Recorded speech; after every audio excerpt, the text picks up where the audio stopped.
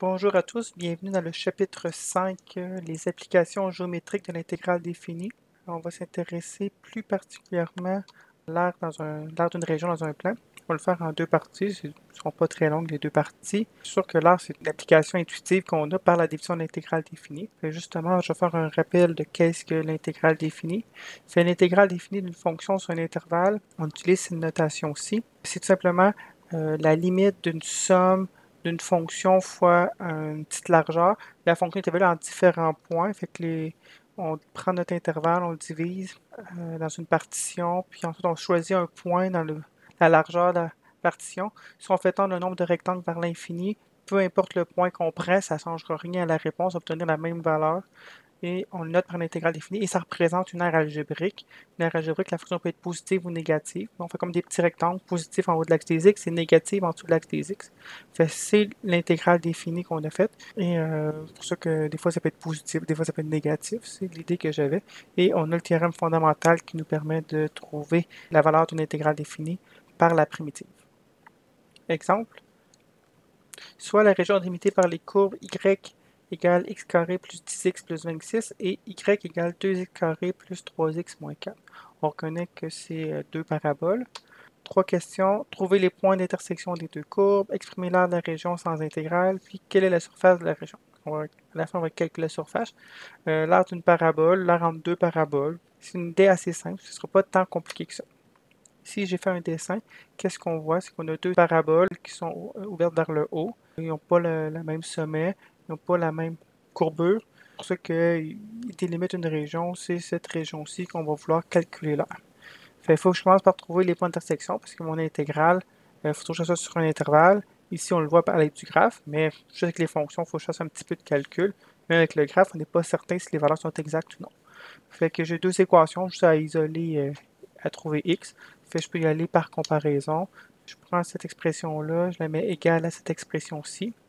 Et j'isole x, je ramène tout du même côté, je me retrouve avec une fonction quadratique. Ici, je suis capable de la factoriser. Fait qu'ici, j'ai deux valeurs de x, moins 3 ou 10. J'évalue la fonction à moins 3, soit avec cette fonction-ci ou celle-ci. Je peux valider, voir que les deux donnent 5. Et je l'évalue avec 10, celle-ci et celle-ci, puis je vais valider que les deux valent 226. J'ai trouvé un point d'intersection.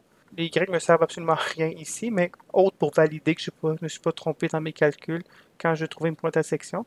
Mon intégrale, je vais la faire de moins 3 à 10. C'est pour ça que j'ai besoin de trouver un point d'intersection pour savoir sur quel intervalle faire mon intégrale. J'ai ma fonction. L'idée, on va faire des petits rectangles. Nous, les rectangles, il partir toujours de l'axe des x. Ici, partent d'une autre fonction. Mais on peut en réalité toutes les descendre. Il faut juste trouver la hauteur des rectangles. On va l'exprimer sous forme d'une limite d'une somme. Puis la limite d'une somme, on va la traduire par une intégrale. On va être capable de la calculer. Fait que j'ai ma région de mes deux paraboles. Et je définis un petit rectangle à un point xi. Les rectangles vont être de largeur delta-x. C'est quoi delta-x? La largeur totale divisée par n. Je passe, c'est de moins 3 à 10 ou de 10. Fait que je soustrais les deux bornes, j'obtiens 13. Je fais n rectangles, fait que chacun a une largeur de 13 sur n. Et une hauteur, je prends la courbe du haut moins la courbe du bas. C'est quelle la courbe du haut? C'est la f. Ici, laquelle la courbe du bas? C'est celle-là. Faire attention. Ici, on a l'impression qu'il y a un 2, mais c'est justement à l'infini, celle-là va être beaucoup plus grande. C'est pour ça que c'est la rouge. Mais pour les petites valeurs, c'est le 26 qui va emporter plus que le moins 4, évidemment. Je soustrais mes deux fonctions en xi, fait que je peux simplifier. Il me reste moins xi au carré plus 7xi plus 30. Puis le xi, comme c'est un point sur ma partition. Ici, j'ai pris le point à droite. Fait que c'est moins 3 plus 13i sur n. Pas, ceci, ça ne va me servir à rien dans mes calculs, mais au moins ça me donne un sens à ce que j'ai calculé. Et maintenant, j'ai exprimé ma surface par une limite d'une somme. Fait, si je calcule cette somme-là, la limite, ici, on est capable de la faire par les... Si je remplace le xi, je remplace le delta x, je suis capable de développer tout ça avec les propriétés de sommation, y arriver. C'est très lourd, on va procéder d'une autre méthode. Ici, je l'ai exprimé sans intégrale, mais on sait qu'une limite d'une somme, on peut la traduire en intégrale s'il y a le petit delta x qui est défini correctement selon la partition. Fait que je la traduis simplement en intégrale et à partir de cette étape-ci, je peux prendre mon théorème fondamental qui est La primitive de moins x carré, c'est moins x cube sur 3. Primitive de 7x, c'est 7x carré sur 2. La primitive de 30, c'est 30x. Je vais l'évaluer à 10, je l'évalue à moins 3, je soustrais les deux et j'obtiens 2197 sixièmes. Je mets u carré, parce que c'est une surface, pour dire que c'est des unités au carré, tout simplement. Je vais faire un premier exemple, un peu plus compliqué que juste l'air entre une courbe et une axe, entre deux courbes, mais trouver le point d'intersection, calculer la hauteur, mais on l'a ramené selon la définition ici. On est rendu à un exercice. On a vu toute la théorie, vous êtes capable de le faire par vous-même. Il y a une petite utilité, on va voir. Soit la région délimitée par les courbes y égale moins x2 moins 2x et x égale y2 sur 8 moins y sur 4 moins 7 huitièmes. Trouver les points d'intersection des deux courbes, exprimer l'aire de la région sans intégrale, puis trouver la surface. C'est les mêmes trois questions que précédemment. Ici, les calculs algébriques sont plus compliqués. Ça se peut que vous ayez des difficultés algébriques, mais essayez-le quand même. C'est quand même de quoi d'accessible avec des astuces purement algébriques. Et faites très attention ici, la parabole dans l'autre sens. Qu'est-ce que ça change? Il va y avoir des manipulations algébriques de plus. Je vous laisse l'essayer. Moi, je vais le résoudre dans 5, 4, 3, 2, 1, 0.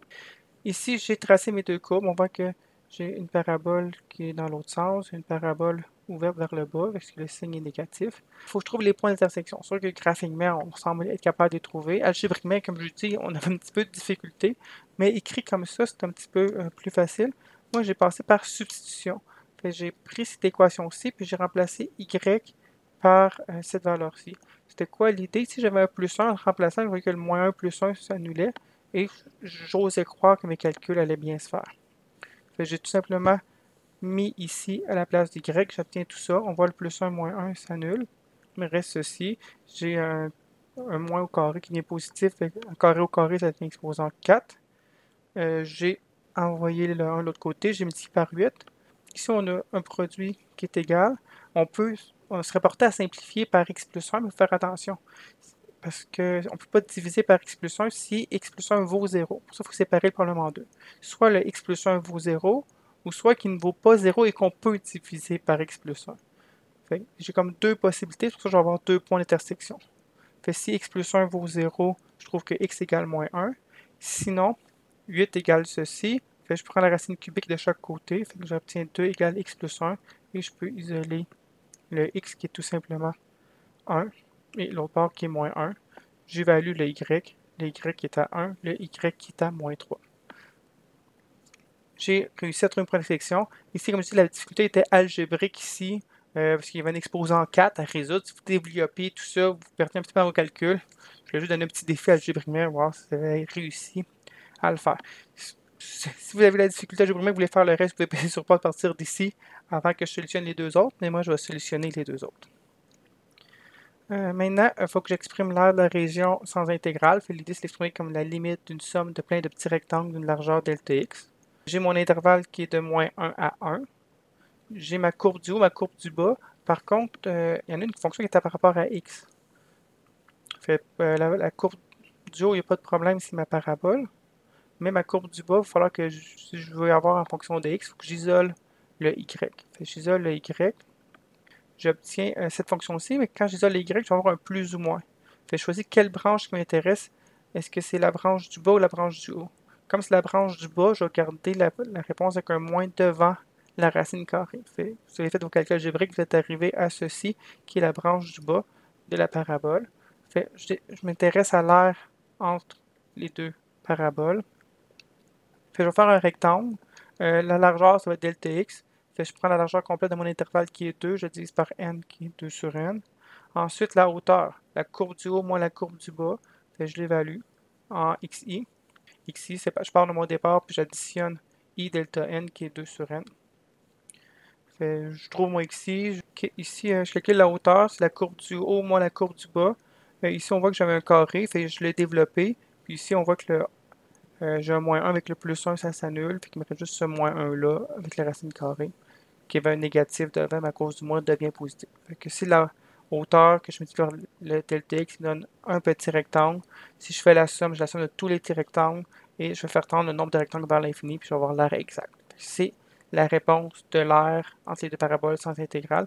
Ici, on voit que j'ai une racine carrée. On n'a pas de truc, nous, avec des sommations de racines carrées. Sans le théorème fondamental, on ne serait pas capable d'y arriver cette fois-ci. Mais on a le théorème fondamental. Alors, on va la calculer.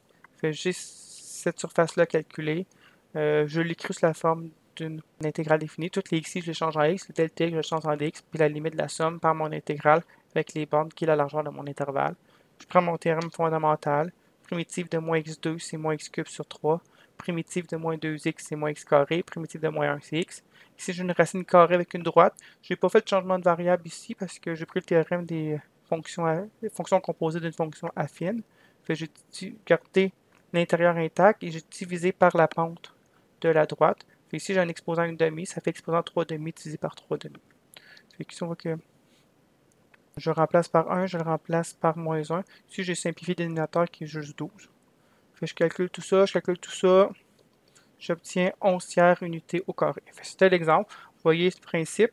C'est le théorème fondamental nous permet de calculer l'aire algébrique entre une courbe et un axe. Si on lui entre deux courbes, un petit peu de calcul, un petit peu de manipulation algébrique, mais l'idée est tout à fait la même. On traduit la limite d'une somme en une intégrale pour calculer l'aire d'une région. C'est ainsi que finit la première vidéo. Dans la deuxième vidéo, on fait des exemples encore un peu plus compliqués. Je vous laisse là-dessus. Bon travail!